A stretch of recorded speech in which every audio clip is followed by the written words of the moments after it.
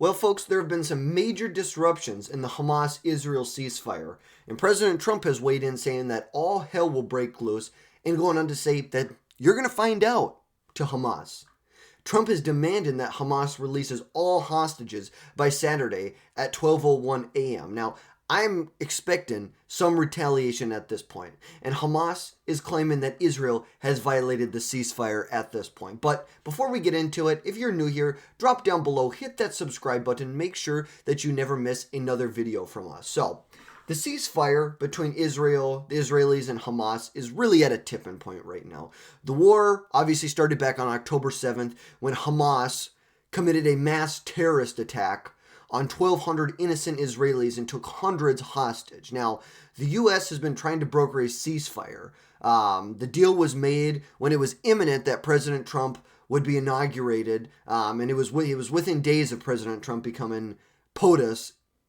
Now, Trump's representative, Steve Witkoff, who went in, represented President Trump's incoming administration, and brokered a deal before Trump was even elected, is a very strange, and even at the time, the National Security Advisor, Jake Sullivan, had come out and said that this is a very strange situation, but we were able to get a ceasefire across the finish line. So Steve Witkoff was able to come in and get the deal taken care of. It's a strange but very promising situation that he was able to do that. Now, these people, these hostages, have been held in absolutely horrible condition. And when they're being released, they're basically being forced by Hamas to read a script thanking Hamas for everything that they've done for them. Now, because these people are savages, because that's what these people are. These Hamas, they're terrorists, they're savages, they're thugs. And you know what needs to happen to terrorists? They should be treated like terrorists. The United States treated terrorists like terrorists after 9/11. Why isn't Israel allowed to treat these people like terrorists? And if they don't get their act together quickly, Hamas, if they don't pull their crap together quick, Israel is going to pummel Hamas. The Biden administration isn't here in the United States anymore that's going to refrain Israel from taking care of business. You know, the leash is off on Israel. Biden's gone. And if Israel left to their own devices, they are going to pummel Hamas. It is going to be a bloody battle. There's going to be a lot of death. But ultimately, Hamas will be destroyed. Israel will destroy every last Hamas thug that's in the Gaza Strip. And as far as the Gazan people that were aiding and abetting, my guess is that if they're not casualties in the war, my guess is that they're going to be taken and imprisoned. Because, you know, when you support terrorists, you should go to jail. You should go to prison. Now, the ceasefire deal was supposed to be a 3-phased approach to the ceasefire. So basically, the first phase was a 6-week ceasefire. The two different sides would allow, Israel would allow humanitarian aid into Gaza. The fighting would stop, and the two would exchange, Israel was going to exchange about 1,500 Palestinian prisoners for about 33 hostages that are held by Hamas. And then in the second phase of it, there was going to be a permanent ceasefire. Israel would pull out of the Gaza Strip, and then in the final phase, there would be a reconstruction process. Now, at this point, both sides have accused each other of violating the ceasefire. Now, with only a small portion of the hostages being released by Hamas, and now Hamas announcing that they're not going to be releasing any more hostages, and now they've come out after President Trump came out and said that basically all hell's going to break loose. Now they're saying they might release some hostages. Very unclear what's going to happen. We're going to see Saturday, 12:01 a.m. We're going to see what happens. But Hamas has announced that really they're not going to be releasing any more hostages until what they claim Israel violating the ceasefire ends. Now, Hamas not releasing these people is going to be a tipping point in this war.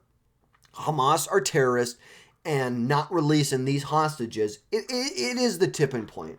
If they don't release them, Israel's going to pummel them. If they do release them, there might be see a ceasefire in the future. But here's the thing, and Hamas knows this too. The only leverage that they have at this point are these hostages. They don't have any leverage. Once Israel gets these hostages back, Israel could really go in and just absolutely destroy Hamas and the networks that they have built within Gaza. So it's going to be difficult because at the end of the day, it's almost impossible to negotiate with terrorists. And many in the Israeli government are wanting to take a harder stance against Hamas. And Hamas, like we talked about, believes that these hostages are leverage and they're reluctant to let them go. And they want to retain, this is almost a guarantee that they'll survive and they'll get better terms as if they retain onto some of the hostages. Now, the mixture between these two is going to create a conflict. And this is not a conflict that Hamas is going to win. Like I said, the Biden administration is not here to hold back Israel. Israel will pummel them and the U.S. will fund it. The U.S. will sell arms to them. It's not going to be good for Hamas and the people in Gaza. But here's the little secret that nobody in the mainstream media, the left-wing people who are all about Hamas, you have all these queers for Palestine protesting in the street. But if you were a queer and you're in Palestine, you'd be beheaded or you'd be killed. No one wants to talk about that. But here's the thing that none of these left-wing activists who support Palestine want to talk about is that Hamas does not care about their people. Hamas does not care about the Palestinian citizens. They want to act, these left-wing activists want to pretend that Hamas cares about these people. Hamas does not care. Hamas is willing to go to war with Israel and allow hundreds of thousands, if not millions, of Palestinian citizens to be casualties in that war. They do not care about the citizens in Palestine. So stop pretending like they do. The left wing wants to pretend here in America that we need to be sympathetic to the Palestinian. We should be sympathetic to the Palestinian people. But guess what? There's a difference between the Palestinian people and Hamas. Even though we have to look at the reality, Hamas was duly elected 20 years ago. People voted for this. And the reality is there is a large segment of the population in Palestine or in Gaza that are Palestinian that support what Hamas is doing. So we just need to make that, there are some people that don't like this, but there's a lot of people that are Palestinian who support what Hamas is doing. And guess what? You can't negotiate with those people either. They are going to be casualties in this war here. And Israel is going to hunt down every last one of these terrorists and kill them. Because it seems very unlikely at this point that a ceasefire will continue. It has deteriorated so much that even, that's on Saturday at 12:01, we may see all hell break loose. Now, Hamas has kind of, they took a lot harder stance. They're not going to be releasing any hostages. Now they're saying, okay, they might be releasing 1, 2, or 3 hostages if Israel does X, which, I don't think that's going to buy us everlasting a ceasefire forever. This might buy us a couple weeks, maybe a week. But ultimately, Israel, there is no two-state solution with terror. There is no two-state solution when one side wants to ultimately destroy the entire other side. And even with a ceasefire, they're not going to stop at that. So, if this ceasefire falls through in the next couple days or even in the next couple weeks, many people are going to die. And it is an absolute travesty that this is happening. But ultimately, I believe that if given the opportunity, Israel will put maximum pressure on Hamas and turn every Hamas fighter into dust.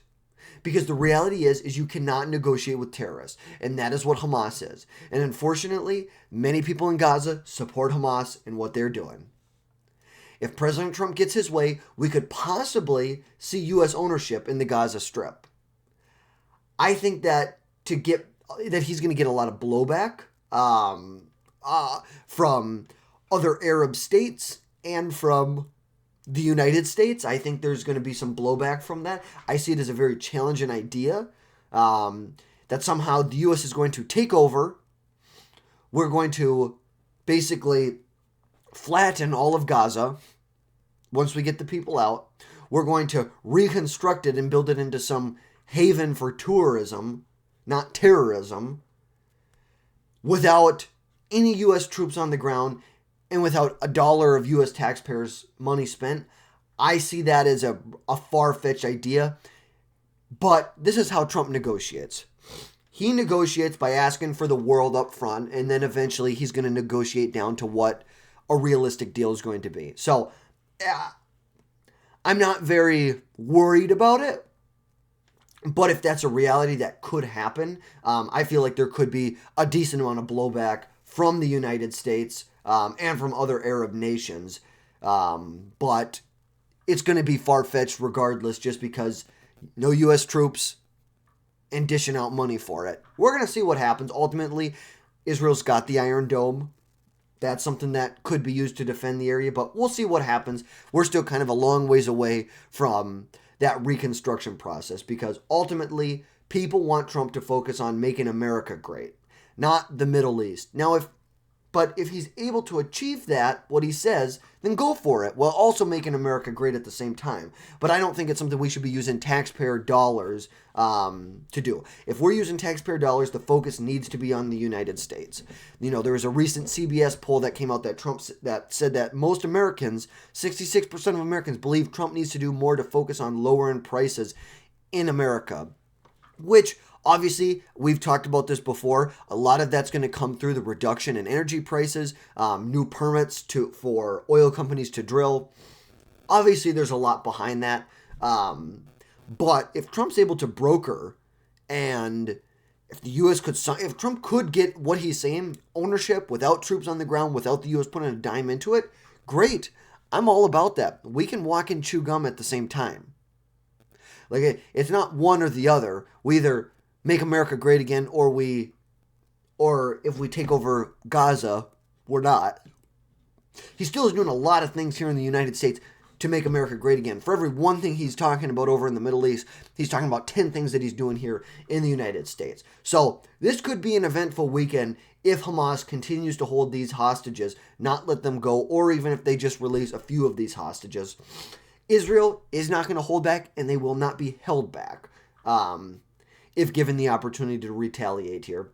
So let me know what your thoughts are down in the comments. What are your thoughts on Hamas deciding they are not going to release these hostages, these prisoners of war? And what do you think the next steps should be between Qatar, Egypt, the United States, and Israel? And as always, like, share, and subscribe for more. And until next time.